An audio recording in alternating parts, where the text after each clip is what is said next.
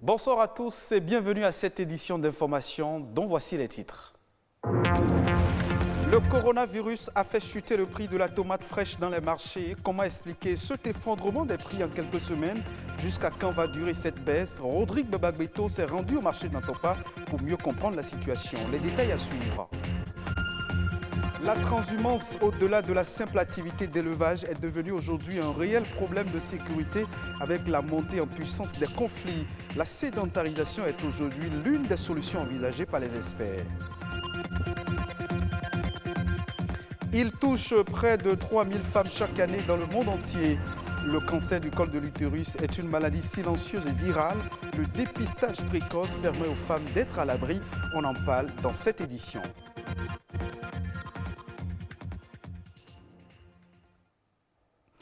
Y a-t-il un seul secteur qui n'a subi les effets économiques liés à la crise sanitaire du coronavirus? Visiblement non. Le reportage à suivre nous emmène au marché d'Antopa. Sur les étalages, le prix de la tomate fraîche a drastiquement chuté depuis quelques semaines. Le panier de la tomate coûte aujourd'hui 3 fois moins cher que le prix habituel. Une situation due à la fermeture des frontières pour cause de coronavirus. Plus de détails dans ce reportage signé Rodrigue Babagbeto. Des paniers de tomates à profusion, des étalages surchargés qui laissent déverser leur contenu. Depuis quelques semaines, pas facile pour Catherine de faire des bénéfices conséquents sur un panier de tomates vendues. Ce matin encore, pas de nouvelles livraisons pour elle. Il faut d'abord épuiser le stock actuel.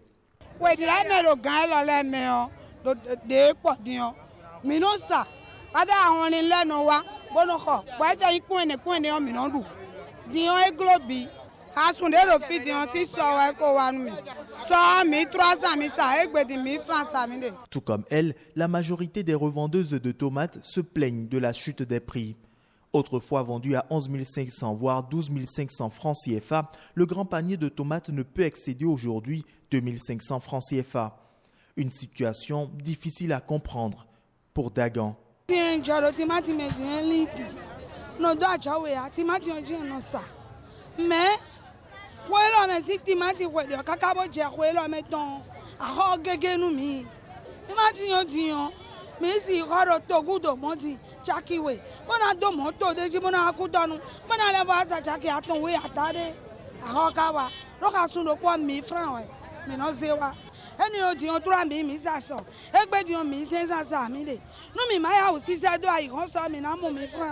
Des difficultés d'écoulement qui obligent à baisser le prix pour ne pas avoir trop de pourriture sur les bras.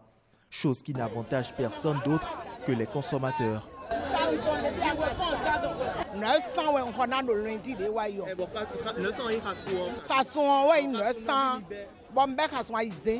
Le panier de la ménagère est peut-être rouge de tomates, mais les bourses des revendeuses, elles, virent au rouge.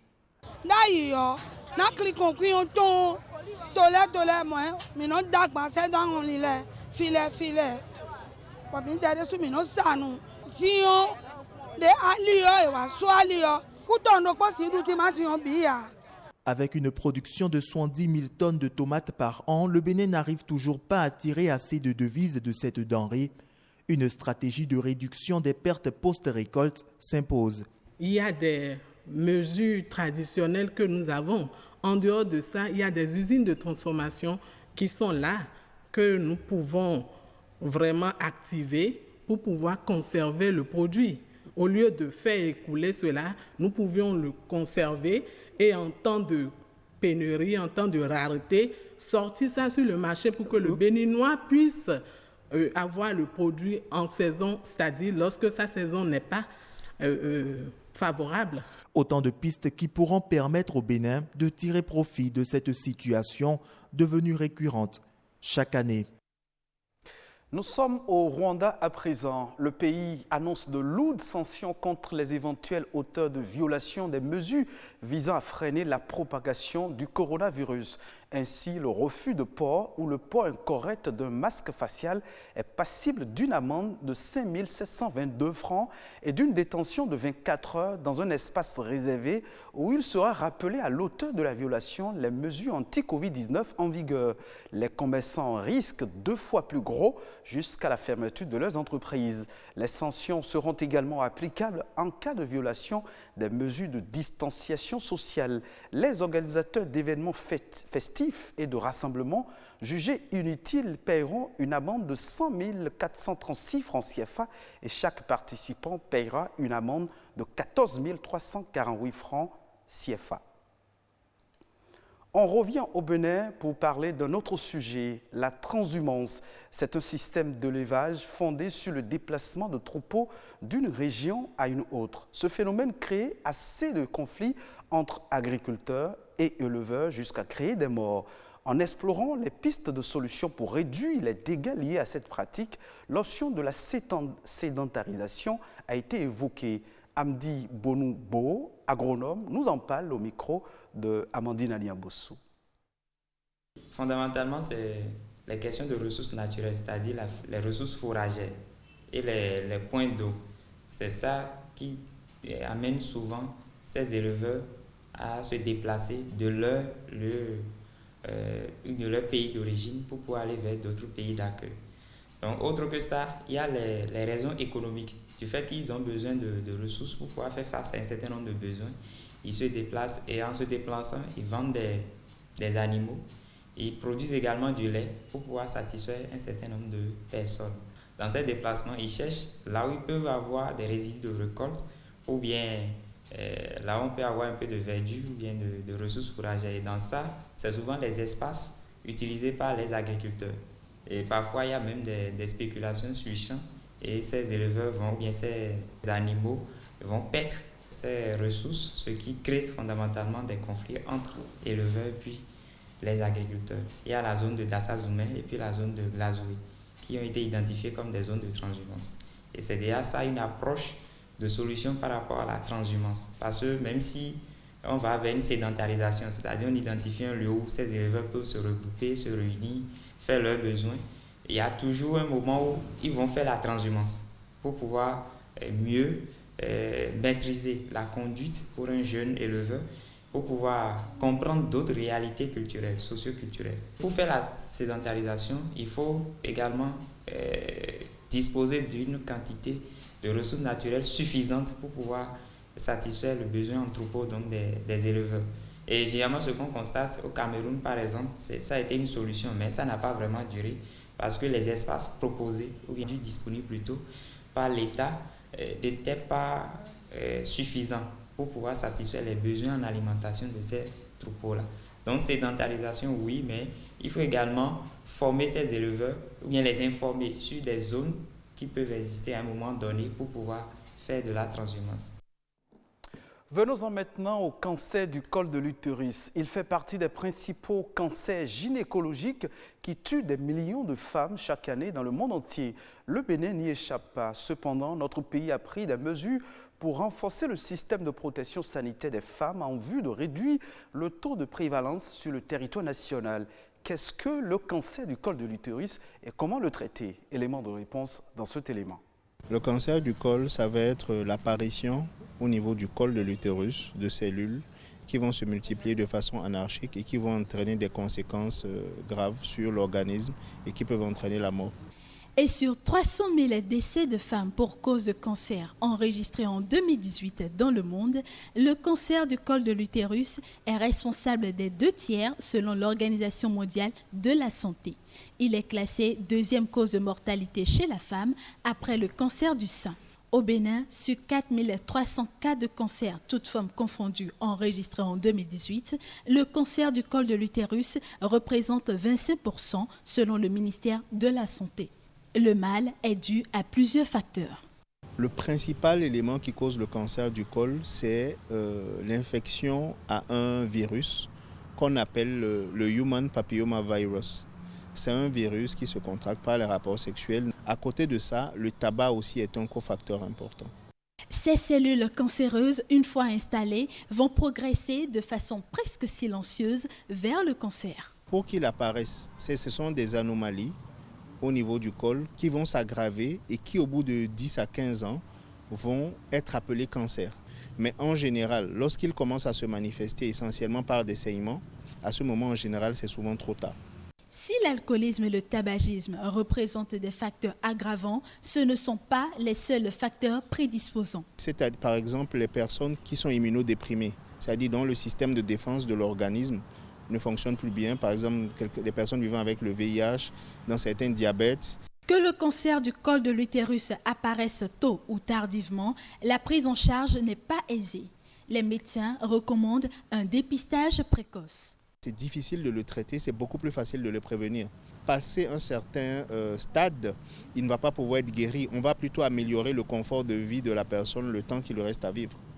Et pour accompagner les agents de santé dans la lutte contre le fléau, le Bénin s'est doté d'un document stratégique de 100 pages qui fournit des informations utiles sur le cancer du col de l'utérus et d'autres cancers chez la femme. L'opérationnalisation de ce plan stratégique permettra dans les mois et années à venir aux autorités et acteurs sanitaires d'apporter l'assistance nécessaire aux populations béninoises afin de leur éviter autant que faire se peut ou de détecter à temps toute situation de cancer susceptible de leur être préjudiciable. Avec une bonne mise en application de ce plan stratégique, nous parviendrons à une réduction de 30% du taux de mortalité lié au cancer du col de l'utérus. Les femmes, quel que soit leur âge, sont invitées à faire l'examen du frottis vaginal tous les 3 ans pour éviter toute complication. À présent, on fait un tour d'horizon de quelques faits de l'actualité nationale en bref et en images. Ce lundi, la compilation est faite par Nadège Omoladesane.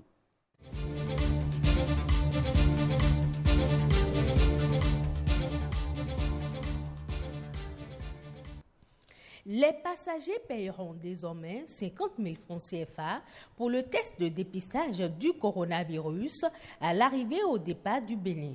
L'information a été donnée par le ministre de la Santé, Benjamin Humpati. Selon l'autorité en charge de ce département ministériel, cette décision du gouvernement fait suite aux suggestions formulées par certains voyageurs qui ont trouvé élevé le coût pratiqué jusqu'ici pour le test de dépistage. La bonne nouvelle pour les parents, c'est que les enfants de moins de 5 ans sont désormais exemptés de la redevance forfaitaire Covid-19, mais ils doivent obligatoirement effectuer le test comme leurs parents ou tout autre passager à l'arrivée au départ de Cotonou. L'autre bonne nouvelle qui réjouit les passagers, la digitalisation des résultats du processus de dépistage. L'aménagement des horaires de travail dans l'administration publique n'est pas encore effectif. Dans un communiqué publié ce dimanche 6 septembre sur le site officiel du gouvernement, le secrétaire général du gouvernement a indiqué que les heures de travail actuelles restent en vigueur. D'après le communiqué, le réaménagement des horaires de travail dans l'administration publique, envisagé par le gouvernement et en discussion avec les partenaires sociaux, n'a encore fait l'objet d'aucune prescription. Toutefois, souligne le secrétaire général du gouvernement, le réaménagement envisagé ne concerne pas le secteur privé et les établissements d'enseignement. Ceux-ci sont libres d'organiser leurs horaires de travail en respectant la durée légale de travail.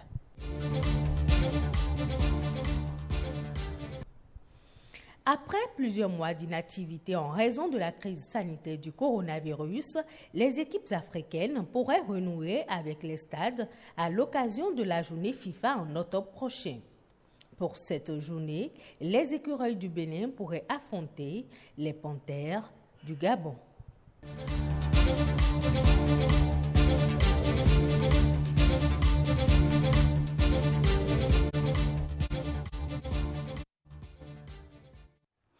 Les zones industrielles intégrées sont la tendance du moment en Afrique. Avec un succès grandissant en Afrique de l'Est et du Nord, le concept est encore neuf en Afrique de l'Ouest. Le Togo s'y lance avec les travaux de sa première zone industrielle intégrée à une vingtaine de kilomètres de Lomé. Le projet prendra en compte 400 hectares de parcs industriels pouvant accueillir des centaines d'entreprises, une base logistique pour les camions de marchandises, de l'électricité en continu et des services administratifs à portée de main. Pour attirer les entreprises, le parc est doté d'un statut de zone franche. Ainsi prend fin cette session d'information. Merci de votre fidélité. Retrouvez cette édition sur le site de l'ORTB, www.ortb.bj.